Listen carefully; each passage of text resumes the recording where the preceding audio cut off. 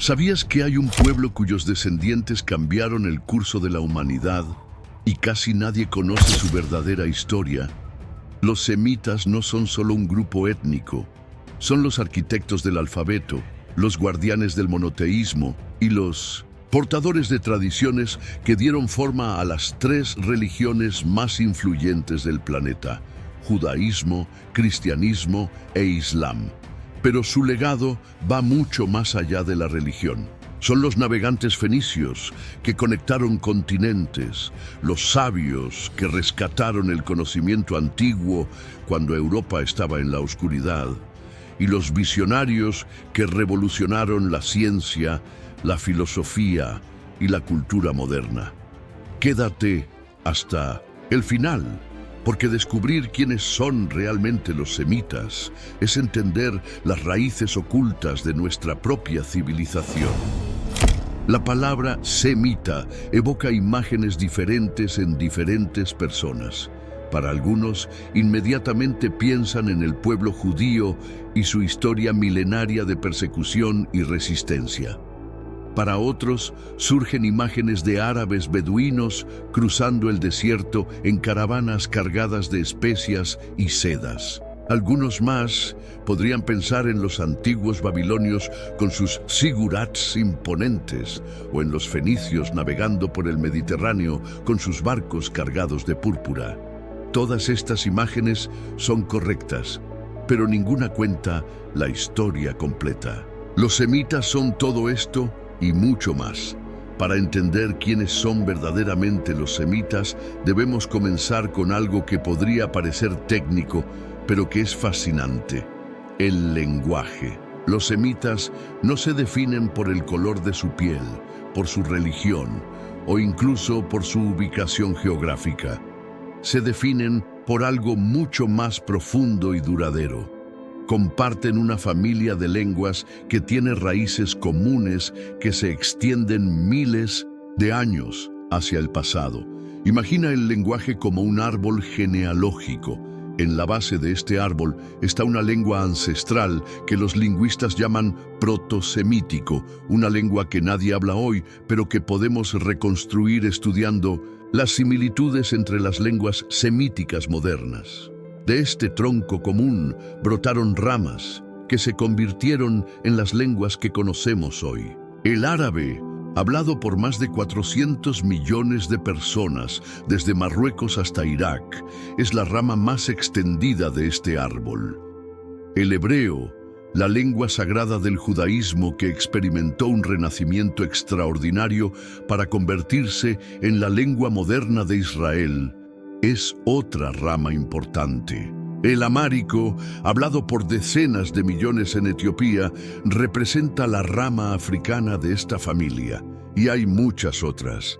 El arameo, que aún se habla en pequeñas comunidades de Siria y Turquía, el tigriña de Eritrea y varias lenguas del sur de Arabia, que mantienen tradiciones lingüísticas antiquísimas. Lo que hace que esta familia lingüística sea tan notable no es solo su extensión geográfica, sino también su profundidad histórica. Cuando los arqueólogos descifran inscripciones de hace 4000 años en antiguas ciudades mesopotámicas, están leyendo lenguas semíticas. Cuando los eruditos estudian los textos más antiguos de la Biblia o el Corán, están trabajando con literatura semítica. Esta continuidad lingüística representa una de las tradiciones culturales ininterrumpidas más largas de la historia humana, comparable solo con la tradición china en su longevidad y riqueza. Pero aquí surge una pregunta fascinante que ha intrigado a lingüistas, arqueólogos e historiadores durante generaciones. Si estas lenguas tienen un origen común, ¿dónde vivía el pueblo que hablaba esa lengua ancestral protosemítica? ¿Cómo se dispersaron sus descendientes por una región tan vasta del mundo? Y quizás, más intrigante aún, ¿cómo logró esta familia de pueblos ejercer una influencia tan desproporcionada en la historia mundial, dando origen a las tres grandes religiones monoteístas: desarrollando los primeros sistemas legales codificados e inventando el alfabeto que usamos hoy. Para responder a estas preguntas, debemos convertirnos en detectives del pasado, siguiendo pistas lingüísticas, arqueológicas y genéticas que nos llevan a una historia de migración, adaptación y logros extraordinarios que se extiende por milenios.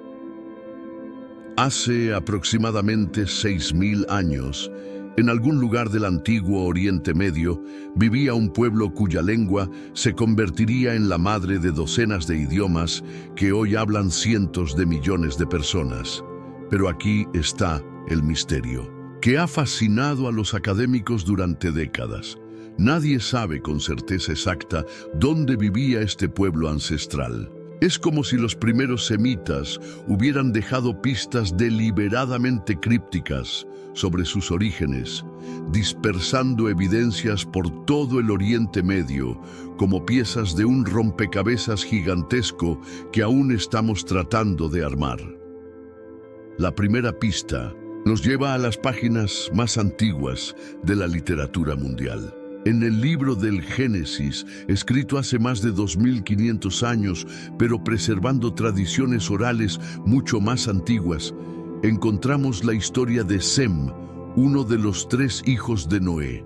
Según esta tradición, después del diluvio universal, los descendientes de Sem se establecieron en las tierras que van desde Armenia hasta Arabia, desde Persia hasta el Mediterráneo. Esta narrativa bíblica dio origen al término semita, acuñado por el erudito alemán August Ludwig von Schlösser en 1781.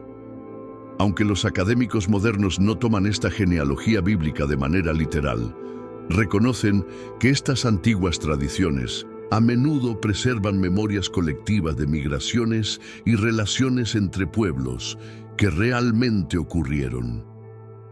La segunda pista viene de los laboratorios de genética moderna, donde los científicos pueden leer la historia escrita en nuestro ADN.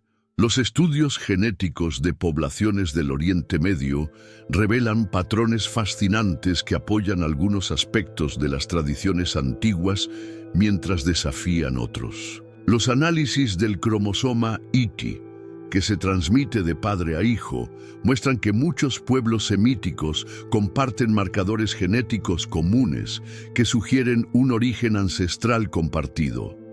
Estos estudios apuntan hacia la península arábiga como una posible cuna de los pueblos semíticos, particularmente durante los periodos de cambio climático que ocurrieron al final de la última era glacial, hace aproximadamente 12.000 a 10.000 años. La tercera pista viene de la arqueología y aquí es donde la historia se vuelve verdaderamente emocionante. En sitios como Ebla en Siria, Mari en el río Éufrates y Ugarit en la costa mediterránea, los arqueólogos han desenterrado archivos enteros escritos en lenguas semíticas que datan de hace 4.000 a 5.000 años. Estas tablillas de arcilla nos cuentan historias de reyes y comerciantes, de tratados internacionales y cartas de amor, todo escrito en las lenguas ancestrales de los semitas. Lo que revelan es una imagen de pueblos ya ampliamente dispersos, pero manteniendo conexiones culturales y comerciales que se extendían por todo el Oriente Medio. Pero la pista más intrigante viene de la lingüística comparativa, el estudio científico de cómo las lenguas cambian con el tiempo. Cuando los lingüistas comparan palabras básicas en diferentes lenguas semíticas, palabras para conceptos fundamentales como agua, fuego, madre, padre, pueden reconstruir aproximadamente cómo sonaba la lengua protosemítica original. Más fascinante aún, pueden determinar en qué orden se separaron las diferentes ramas de la familia semítica. Los análisis más recientes sugieren que las lenguas semíticas del sur, como el árabe y las lenguas de Etiopía, preservan características más arcaicas. lo que podría indicar que el hogar ancestral de los semitas estaba en el sur de la península arábiga o en el Cuerno de África. La imagen que emerge de todas estas pistas es la de un pueblo originalmente unificado que, enfrentando cambios climáticos dramáticos al final de la última era glacial, comenzó una serie de migraciones que los dispersaría por todo el Oriente Medio y más allá. Estas migraciones no fueron eventos únicos, sino procesos graduales que se extendieron por milenios, con diferentes grupos adaptándose a diferentes ambientes, desde las montañas de Etiopía hasta los desiertos de Arabia, desde las llanuras fluviales de Mesopotamia hasta las costas del Mediterráneo. En cada lugar donde se establecieron, estos pueblos semíticos no solo se adaptaron a las condiciones locales, sino que las transformaron, estableciendo algunas de las primeras ciudades del mundo, desarrollando la agricultura y la escritura, y creando las bases de lo que llamamos civilización. En algún momento alrededor del año 3500 a.C., algo extraordinario comenzó a suceder en las llanuras aluviales entre los ríos Tigris y Éufrates. Los descendientes de aquellos primeros migrantes semíticos, mezclándose con otros pueblos de la región, comenzaron a construir algo que el mundo nunca había visto antes: las primeras ciudades verdaderas de la humanidad. No eran simplemente aldeas grandes, sino centros urbanos complejos con templos que se alzaban hacia el cielo como montañas artificiales, sistemas de canales que controlaban las aguas de los ríos y, lo más revolucionario de todo, un sistema de escritura que podía preservar las palabras humanas para la eternidad. Imagina la emoción de un escriba acadio llamado Enmerkar, hace 4300 años, sentado en su sala de escritura en la ciudad de Uruk, presionando cuidadosamente su estilete sobre una tablilla de arcilla húmeda. Está creando algo que sus ancestros nómadas nunca podrían haber imaginado, un mensaje que puede viajar a través del espacio y el tiempo sin cambiar. Las marcas cuneiformes que hace en la arcilla no solo registran una transacción comercial o un decreto real, sino que representan un salto cuántico en la capacidad humana de preservar conocimiento, de acumular sabiduría y de construir sociedades complejas que pueden durar por generaciones. Los acadios, el primer pueblo semítico en crear un imperio, no inventaron la escritura. Ese honor pertenece a los sumerios, pero la adoptaron y la adaptaron brillantemente a su propia lengua. Bajo el liderazgo de reyes legendarios como Sargón de Akkad, circa 2334 a.C., crearon el primer imperio multiétnico de la historia, extendiendo su dominio desde el Golfo Pérsico hasta el Mediterráneo. Pero su verdadero logro no fue militar, sino cultural. Crearon un modelo de cómo diferentes pueblos podían vivir juntos bajo un sistema legal común, manteniendo sus propias tradiciones mientras participaban en una civilización compartida más amplia.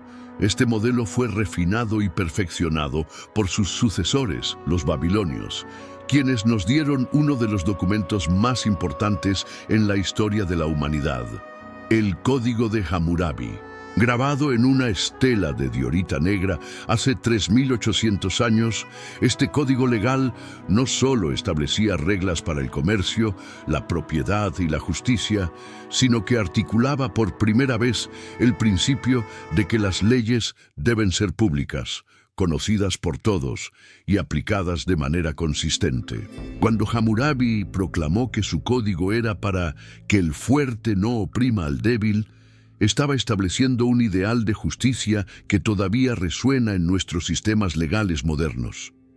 Mientras los babilonios desarrollaban el arte del gobierno, en el interior, otro pueblo semítico estaba revolucionando el mundo de una manera completamente diferente. Los fenicios, navegantes incomparables de las costas del actual Líbano, no construyeron grandes imperios terrestres ni erigieron monumentos imponentes.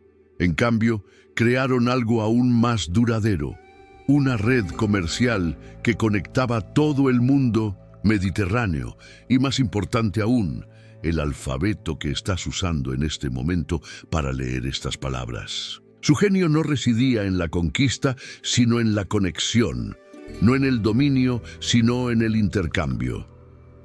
Imagina el asombro de un griego en el siglo VIII a.C., viendo por primera vez cómo un comerciante fenicio podía representar cualquier sonido de cualquier palabra usando solo 22 símbolos simples, comparado con los cientos de símbolos del sistema egipeo o los miles del sistema cuneiforme.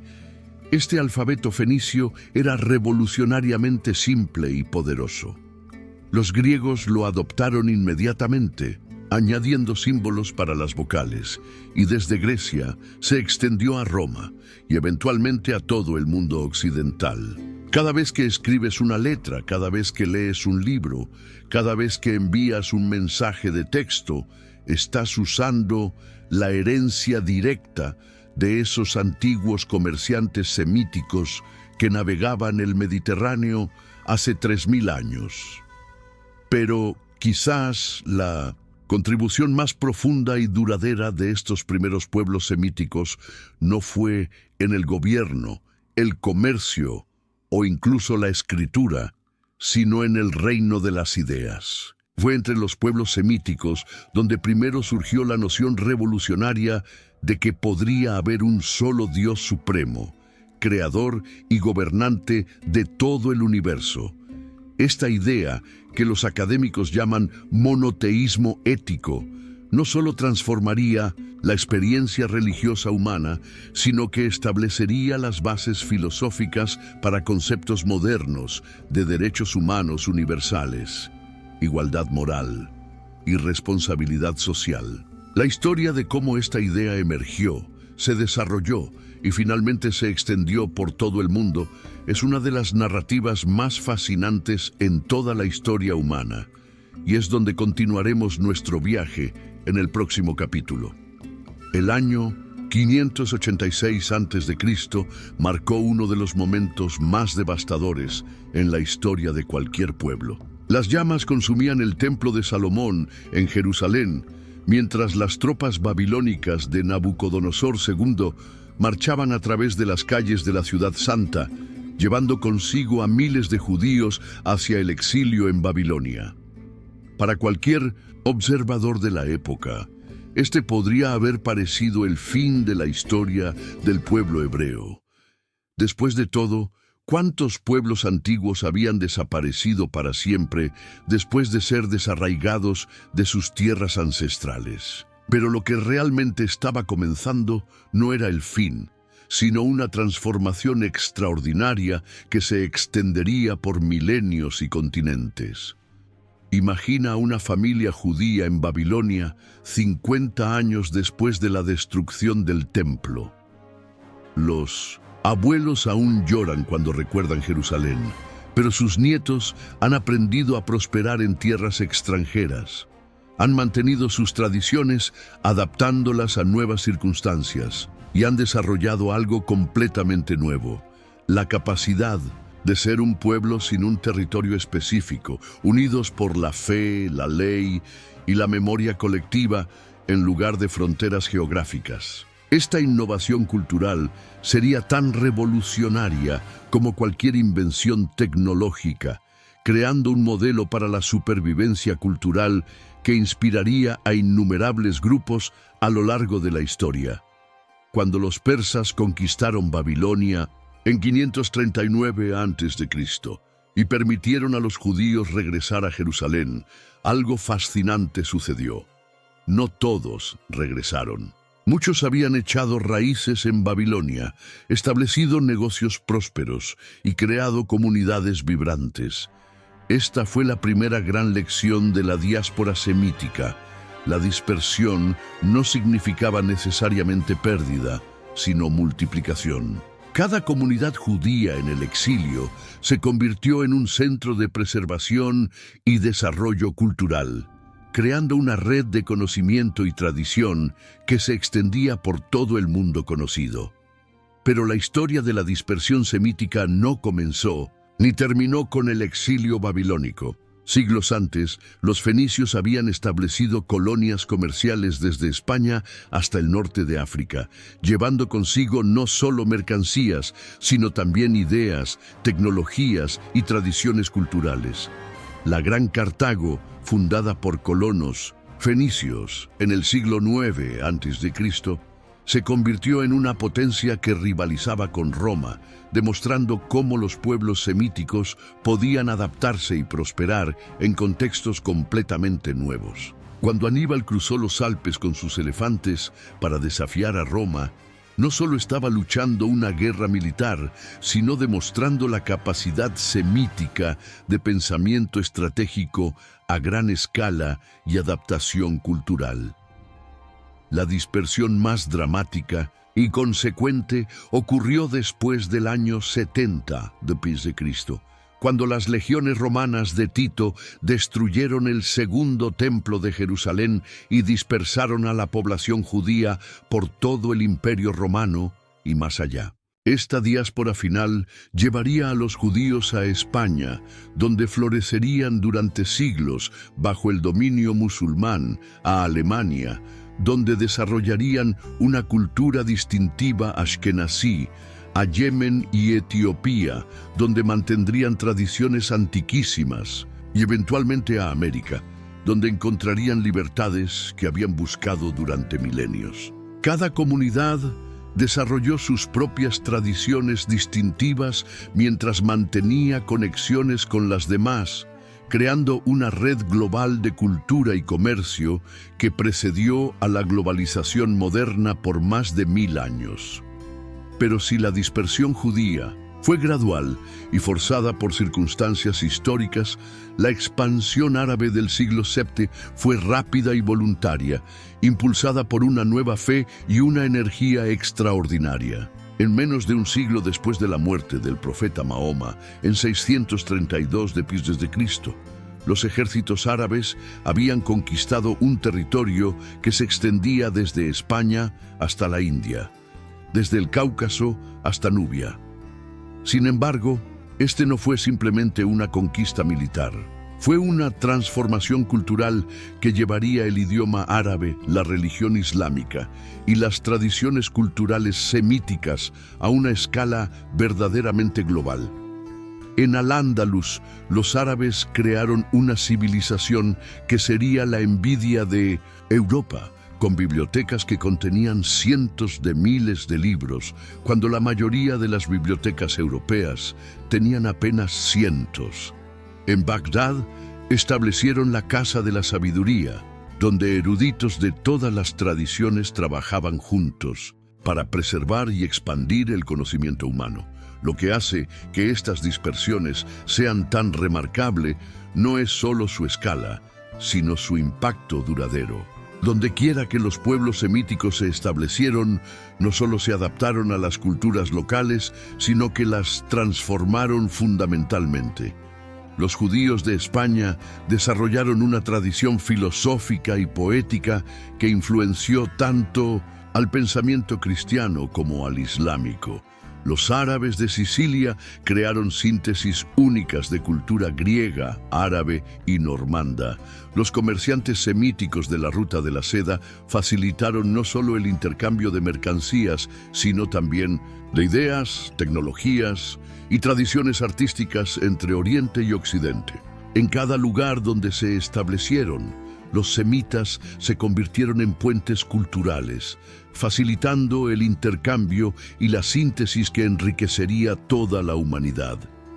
En una cueva en el monte Hira, cerca de la Meca, alrededor del año 610 después de Cristo, un comerciante de 40 años llamado Mahoma experimentó una revelación que cambiaría el curso de la historia mundial. Pero para entender verdaderamente el significado de este momento, debemos retroceder más de 2 milenios, a otro encuentro divino que ocurrió en las llanuras de Mesopotamia, cuando un hombre llamado Abraham escuchó una voz que le ordenaba: abandonar su tierra natal y dirigirse hacia una tierra prometida.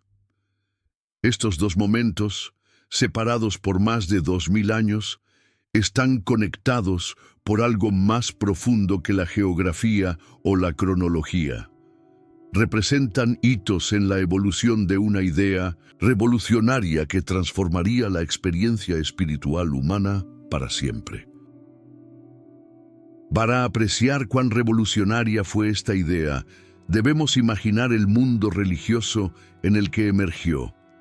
Hace 4000 años, el mundo estaba poblado por miles de dioses. Dioses de la lluvia y del sol, dioses de la guerra y del amor, dioses de cada río, montaña y ciudad. Cada pueblo tenía sus propios dioses y se entendía que estos dioses eran territoriales, poderosos en sus propios dominios, pero limitados en su alcance.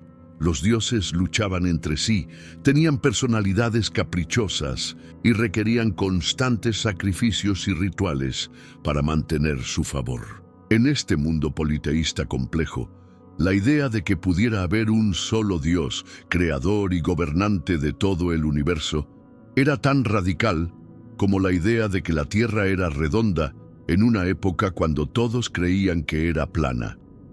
Abraham, según las tradiciones que preservan tanto el judaísmo como el cristianismo y el islam, fue el primero en hacer este salto conceptual extraordinario. Pero su monoteísmo no era solo una creencia teológica abstracta, era una revolución moral y social. Si hay un solo Dios que creó a todos los seres humanos, entonces todos los seres humanos son fundamentalmente iguales ante los ojos divinos. Si este Dios es justo y misericordioso, entonces sus seguidores deben también ser justos y misericordiosos. Si este Dios se preocupa por los pobres y los oprimidos, entonces sus adoradores tienen la obligación de cuidar a los vulnerables. Esta lógica simple pero profunda establecería las bases para conceptos que consideramos fundamentales en la civilización moderna: la igualdad humana, la justicia social y la responsabilidad moral universal. El judaísmo, la primera religión, en articular completamente esta visión monoteísta, se desarrolló a lo largo de siglos de experiencia histórica. Los israelitas, esclavizados en Egipto, liberados por Moisés y eventualmente establecidos en la tierra prometida, entendieron su relación con Dios como un pacto. Ellos serían su pueblo especial, comprometidos a vivir según sus leyes morales, y Él sería su protector y guía. Esta idea del pacto introdujo algo completamente nuevo en la religión: la noción de que la relación entre lo humano y lo divino era moral y ética, no solo ritual. Los profetas hebreos, desde Isaías hasta Ezequiel, desarrollaron esta idea hasta su conclusión lógica, proclamando que Dios se preocupaba más por la justicia y la compasión que por los sacrificios y ceremonias. El cristianismo, emergiendo del judaísmo en el siglo I a.C., universalizó este mensaje moral. Jesús de Nazaret, un judío que hablaba arameo y vivía según la ley mosaica, proclamó que el amor de Dios no estaba limitado al pueblo judío, sino que se extendía a toda la humanidad. Sus seguidores, particularmente Pablo de Tarso, llevaron este mensaje a todo el Imperio Romano, traduciendo conceptos semíticos al lenguaje y las categorías del pensamiento griego y romano. Cuando Pablo declaró que no hay judío ni griego, no hay esclavo ni libre, no hay hombre ni mujer, porque todos vosotros sois uno en Cristo Jesús, estaba articulando una visión de igualdad humana que era revolucionaria para su época y que seguiría siendo radical durante siglos. El Islam, la tercera religión abrahámica, completó esta evolución espiritual. Mahoma, influenciado tanto por el judaísmo como por el cristianismo, pero recibiendo lo que él entendía como una revelación directa de Dios, proclamó el mensaje final de monoteísmo ético. El Corán, que los musulmanes creen es la palabra literal de Dios. Enfatiza tanto la unidad absoluta de Dios, Tauhid, como la responsabilidad moral de los seres humanos hacia Dios y hacia cada uno. La comunidad musulmana, Ummah, que Mahoma estableció en Medina, se convirtió en un modelo de cómo esta visión espiritual podía traducirse en estructuras sociales concretas, con leyes que protegían a los pobres, regulaban el comercio según principios éticos y establecían derechos para las mujeres que eran progresivos para su época. Lo que hace que estas tres religiones sean tan extraordinarias no es solo su longevidad o su influencia, sino cómo han mantenido y desarrollado esta visión monoteísta original a través de miles de años de cambio histórico. Cada tradición ha producido místicos, filósofos, poetas y reformadores que han explorado diferentes aspectos de esta visión fundamental. Los cabalistas judíos desarrollaron complejas cosmologías que exploraban la naturaleza de lo divino. Los teólogos cristianos crearon síntesis sofisticadas de fe y razón que influenciaron el desarrollo de la filosofía occidental.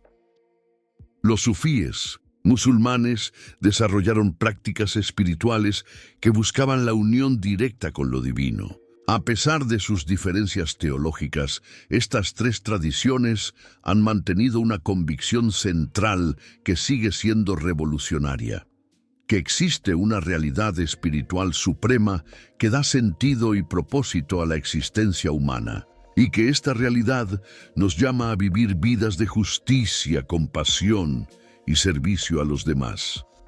La fecha del 27 de enero de 1945 está grabada en la memoria colectiva de la humanidad como el día en que las tropas soviéticas liberaron el campo de concentración de Auschwitz-Birkenau, revelando al mundo la magnitud del horror que había sido perpetrado contra el pueblo judío y otros grupos durante el Holocausto. Pero para entender verdaderamente lo que significó este evento traumático, debemos retroceder siglos y milenios para trazar la larga historia de cómo los pueblos semíticos, a pesar de sus extraordinarias contribuciones a la civilización mundial, se convirtieron repetidamente en chivos expiatorios durante épocas de crisis social y política.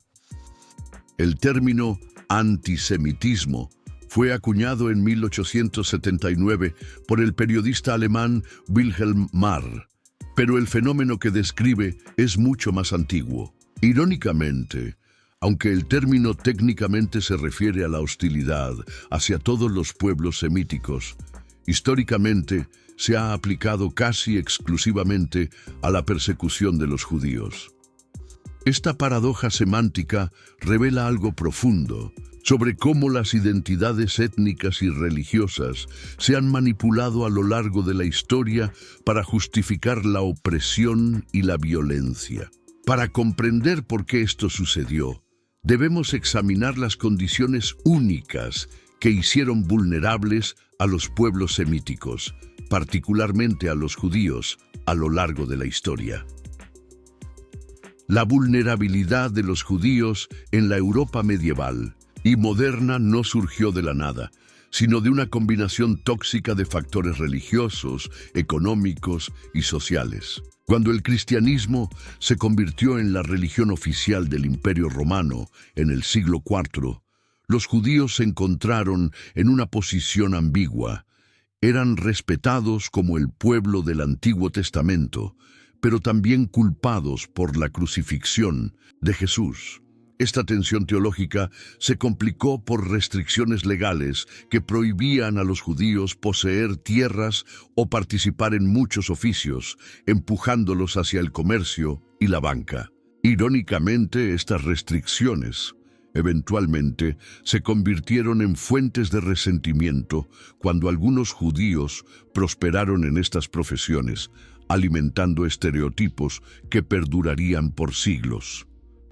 El caso de la España medieval ilustra tanto las posibilidades como las tragedias de la convivencia semítica.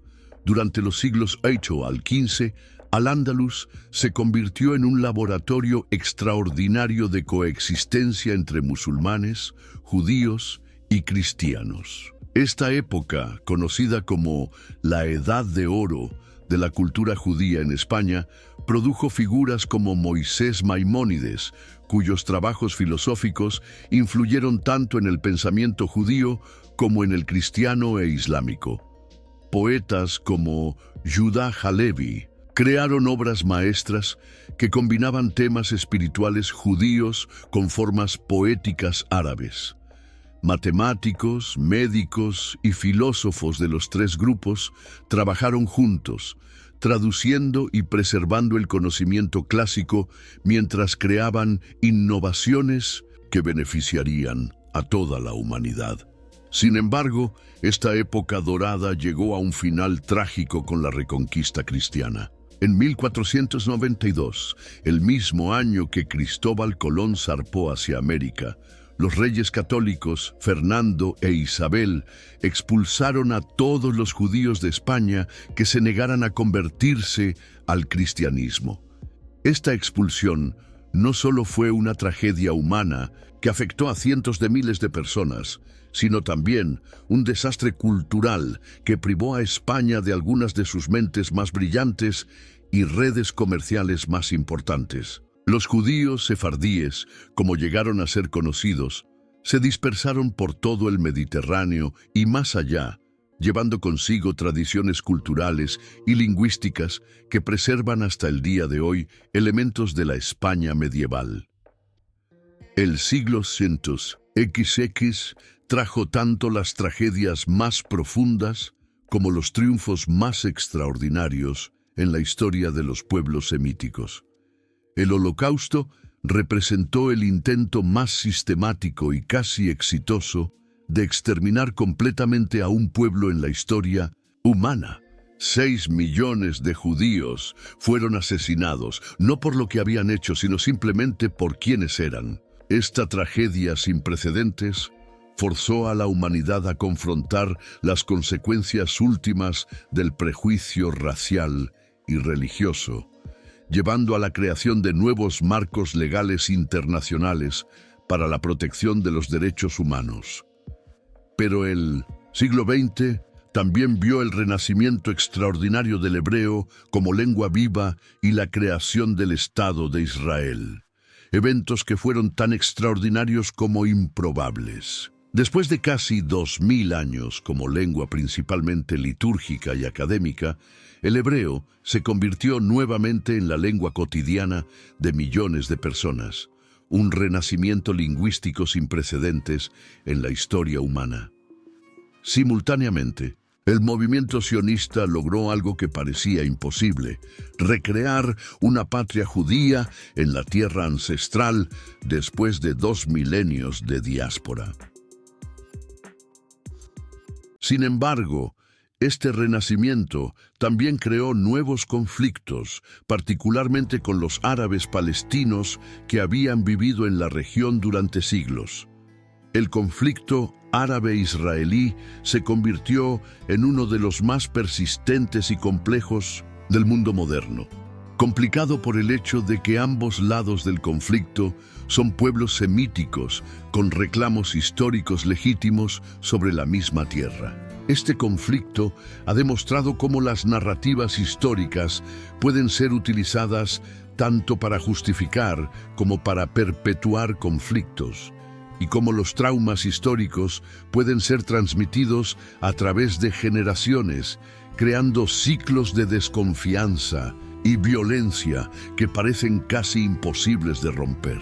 La tragedia de estos conflictos modernos es que oscurecen las contribuciones extraordinarias que los pueblos semíticos continúan haciendo al mundo contemporáneo. En campos que van desde la ciencia hasta la literatura, desde la tecnología hasta las artes, personas de trasfondo semítico siguen siendo desproporcionadamente representadas entre los innovadores y líderes mundiales. Al mismo tiempo, millones de árabes y judíos viven lado a lado pacíficamente en muchas partes del mundo. trabajando juntos en universidades, empresas y organizaciones internacionales, demostrando que la cooperación entre pueblos semíticos no solo es posible, sino natural y productiva. Esta realidad contemporánea nos lleva a una reflexión profunda sobre el legado complejo de los pueblos semíticos. Sus contribuciones a la civilización humana, desde el alfabeto hasta el monoteísmo, desde las primeras leyes escritas hasta los avances científicos modernos, son innegables y duraderas.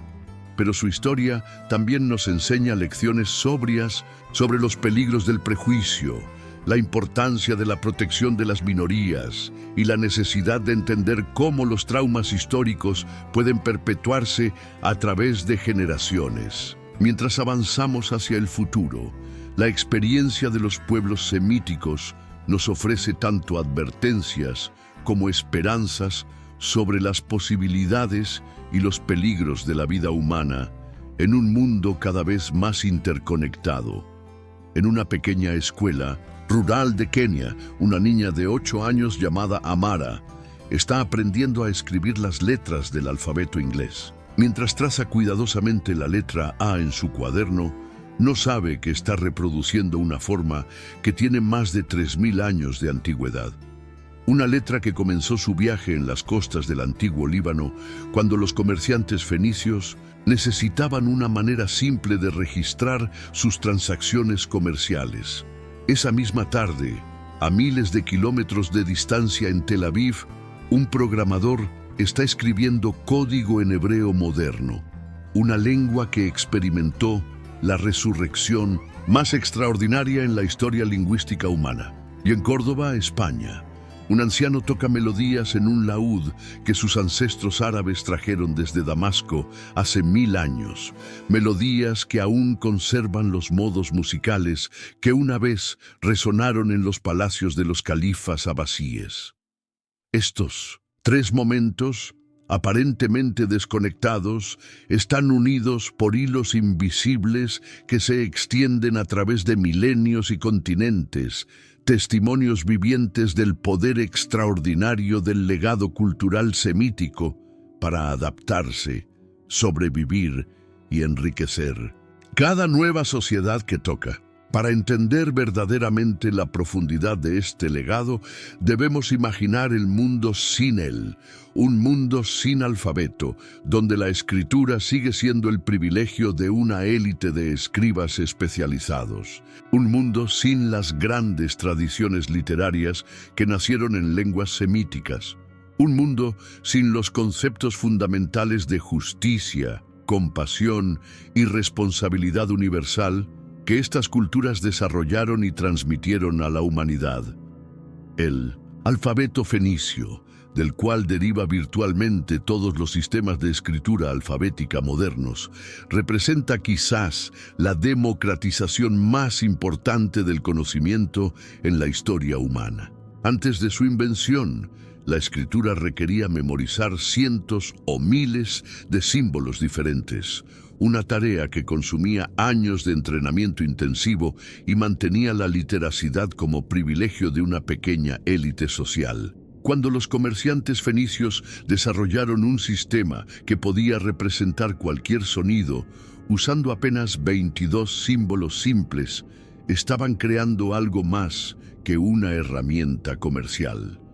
Estaban poniendo las bases para la democratización del conocimiento que eventualmente haría posible la ciencia moderna, la literatura universal y la participación política masiva. Pero el genio de este sistema no residía solo en su simplicidad, sino en su flexibilidad extraordinaria. Cuando los griegos adoptaron el alfabeto fenicio alrededor del siglo VIII a.C., lo modificaron añadiendo símbolos para las vocales, creando el primer sistema de escritura que podía representar con precisión los sonidos de cualquier lengua. Los romanos posteriormente adaptaron el alfabeto griego para el latín y desde Roma se extendió por toda Europa occidental, Los árabes desarrollaron su propio sistema alfabético basado en principios similares, creando la escritura que se extendería desde España hasta Indonesia. Incluso sistemas de escritura aparentemente muy diferentes, como el alfabeto cirílico usado en Rusia y gran parte de Europa Oriental, derivan últimamente de la innovación fenicia original. El hebreo moderno representa un fenómeno lingüístico único en la historia mundial. Una lengua que durante casi 2 milenios existió principalmente como lengua litúrgica y académica, pero que fue revivida exitosamente como lengua cotidiana en el siglo XX. Este renacimiento lingüístico, liderado por visionarios como Eliezer Ben Yehuda, no fue simplemente una cuestión de traducir palabras modernas al hebreo antiguo, sino de crear una lengua completamente nueva que pudiera expresar las complejidades de la vida moderna mientras mantenía conexiones profundas con tradiciones milenarias. Cuando un niño israelí hoy habla hebreo en el patio de recreo, está usando palabras que Abraham podría haber reconocido junto con neologismos creados para conceptos como computadora y helicóptero, todo integrado en un sistema lingüístico coherente que funciona perfectamente para todas las necesidades de una sociedad moderna. El árabe, hablado hoy por más de 400 millones de personas desde Marruecos hasta Irak, representa otro tipo de logro lingüístico extraordinario, una lengua que ha mantenido una unidad fundamental a través de vastas distancias geográficas y diferencias culturales significativas. Aunque los dialectos árabes locales pueden diferir considerablemente, el árabe clásico, la lengua del Corán y de la literatura tradicional, sigue siendo comprensible para todos los hablantes de árabe educados, creando una comunidad cultural que trasciende fronteras políticas. Esta continuidad lingüística ha permitido que textos escritos hace más de 1000 años, desde los poemas de Al-Mutanabi hasta los tratados médicos de Avicena, sigan siendo accesibles a lectores contemporáneos. La literatura producida en lenguas semíticas ha enriquecido la experiencia humana de maneras que son difíciles de cuantificar, pero imposibles de negar. Los salmos de David, escritos hace 3000 años en hebreo, siguen siendo cantados en iglesias y sinagogas de todo el mundo, proporcionando consuelo e inspiración a millones de personas.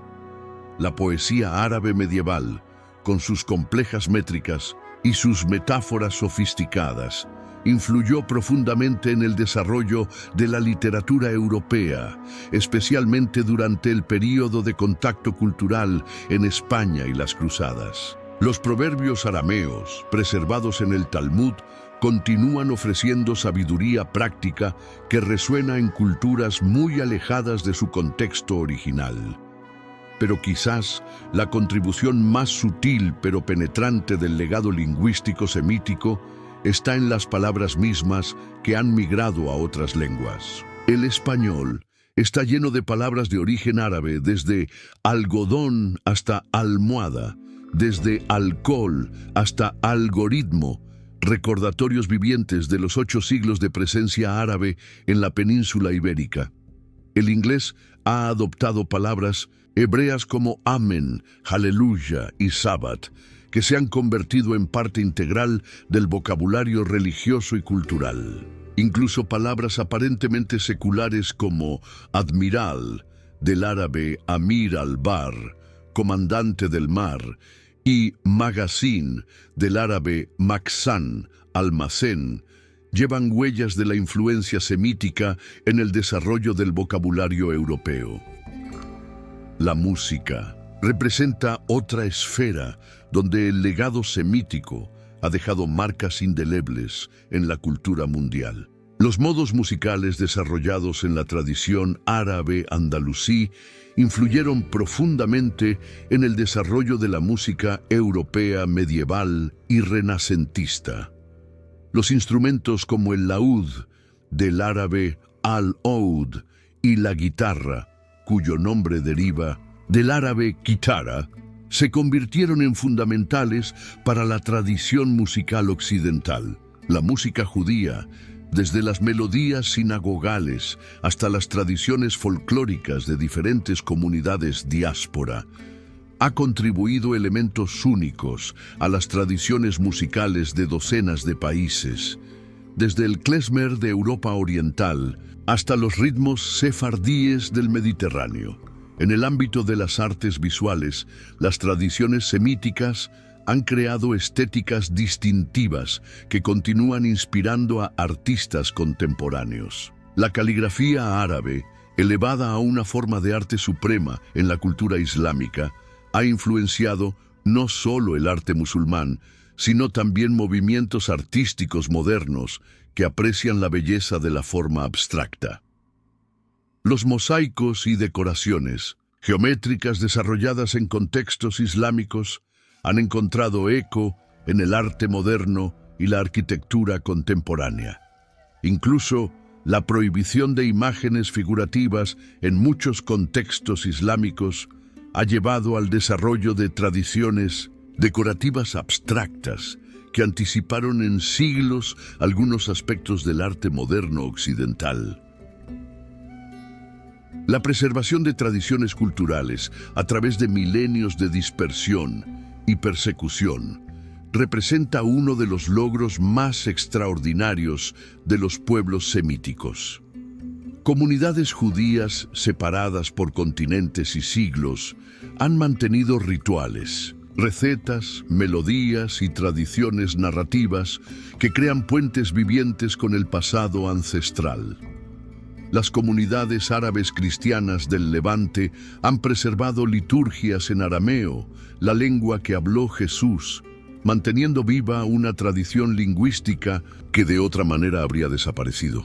Los judíos etíopes han conservado prácticas que algunos académicos creen reflejan formas muy antiguas del judaísmo, ofreciendo ventanas únicas a cómo pudo haber sido la religión judía en épocas bíblicas. Este legado cultural y lingüístico no es simplemente una reliquia del pasado, sino una fuerza viva que continúa evolucionando y adaptándose a las realidades contemporáneas. Los escritores contemporáneos que escriben en árabe, hebreo y otras lenguas semíticas están creando literatura que dialoga tanto con tradiciones milenarias como con las experiencias de la modernidad global. Los músicos están fusionando melodías tradicionales con géneros modernos, creando síntesis culturales que honran el pasado mientras abrazan el futuro. Los académicos están utilizando nuevas tecnologías para preservar y hacer accesibles manuscritos antiguos, democratizando el acceso a tesoros culturales que durante siglos estuvieron disponibles solo para unos pocos especialistas. En el año 830 después de Cristo, en una gran biblioteca de Bagdad, conocida como Bait al-Hikma, la casa de la sabiduría, un joven matemático llamado Muhammad ibn Musa al-Khwarizmi se inclinaba sobre pergaminos cubiertos de ecuaciones que cambiarían para siempre la manera en que la humanidad entiende las matemáticas. Mientras trabajaba en lo que se convertiría en el primer tratado sistemático sobre álgebra, al-Khwarizmi no sabía que estaba creando herramientas matemáticas sin las cuales la revolución científica europea, la revolución industrial y, eventualmente, la era digital serían imposibles. Su trabajo no surgió en el vacío, sino como parte de una tradición intelectual semítica que durante más de 1000 años sirvió como guardiana y transmisora del conocimiento humano cuando gran parte del mundo occidental había olvidado los logros de la antigüedad clásica. Para entender la magnitud de la contribución semítica a la ciencia y el conocimiento humano, debemos imaginar el mundo intelectual del siglo VIII. En Europa occidental, las bibliotecas monásticas contenían apenas unos cientos de libros, principalmente textos religiosos copiados laboriosamente por monjes que a menudo no entendían completamente lo que estaban transcribiendo.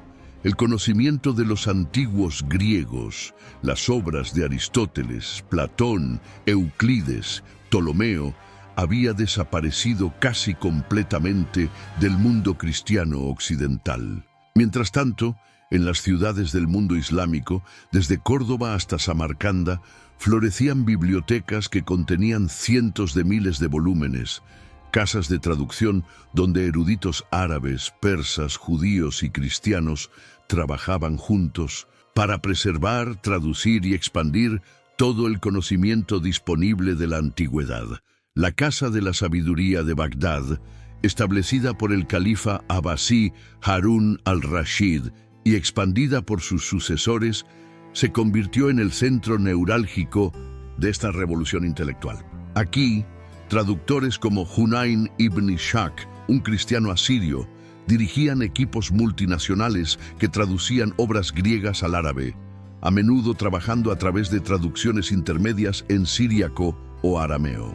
Pero estos eruditos no eran simplemente traductores pasivos, eran innovadores activos que corregían errores en los textos antiguos, reconciliaban discrepancias entre diferentes fuentes y, más importante aún, expandían y mejoraban las ideas que estaban preservando al-Khwarizmi, cuyo nombre latinizado algoritmus nos dio la palabra algoritmo, ejemplifica perfectamente esta síntesis creativa de preservación e innovación. Su Kitab al-Jabr wal-Muqabala, el libro de la restauración y la completación, no solo introdujo el concepto de álgebra como rama separada de las matemáticas, sino que también proporcionó métodos sistemáticos para resolver ecuaciones que los matemáticos griegos habían abordado solo de manera geométrica.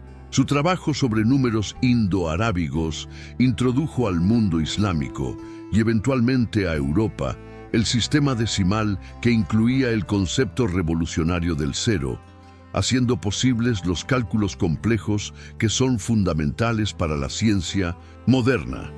En el campo de la medicina, figuras como Abu Ali al-Husayn ibn Sina, conocido en Occidente como Avicena, crearon síntesis de conocimiento médico que fueron utilizadas como textos fundamentales en las universidades europeas durante más de 500 años.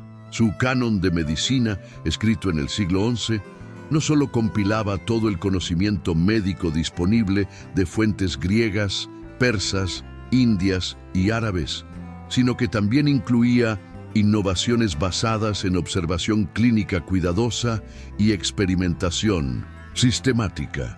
Avicena fue uno de los primeros en describir la naturaleza contagiosa de las enfermedades infecciosas, anticipando por siglos los desarrollos de la teoría de los gérmenes que revolucionarían la medicina moderna. La tradición médica semítica alcanzó alturas extraordinarias en figuras como Moisés Maimónides, un judío nacido en Córdoba en 1135, que se convirtió en médico personal del sultán Saladino en el Cairo. Maimónides no solo era un médico practicante extraordinariamente competente, sino también un teórico que escribió tratados sobre una amplia gama de temas médicos, desde la nutrición hasta la salud mental. Su enfoque holístico de la medicina, que enfatizaba la importancia de la dieta, el ejercicio y el bienestar psicológico, anticipó muchas ideas que la medicina moderna ha redescubierto apenas en las últimas décadas.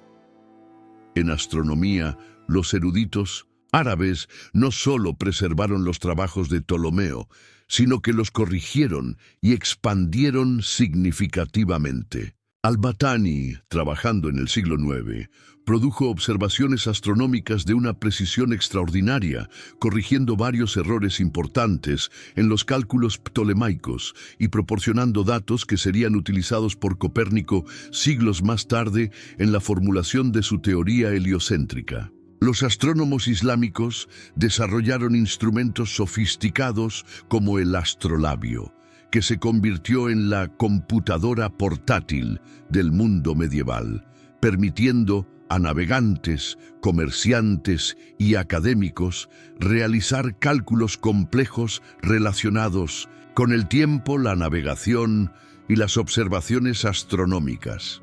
La óptica, una ciencia prácticamente inexistente antes de los eruditos islámicos, fue revolucionada por figuras como Ibn al-Haytham, conocido en Occidente como Al-Hassen, quien trabajó en el Cairo en el siglo XI. Su Kitab al-Manasir, libro de óptica, estableció por primera vez el estudio de la luz y la visión sobre bases experimentales rigurosas. Ibn al-Haytham fue pionero en el uso del método científico, enfatizando la importancia de la experimentación sistemática y la verificación empírica de las hipótesis. Su trabajo sobre la cámara oscura proporcionó fundamentos teóricos que eventualmente llevarían al desarrollo de la fotografía, mientras que sus estudios sobre lentes sentaron las bases para la invención de anteojos, telescopios y microscopios.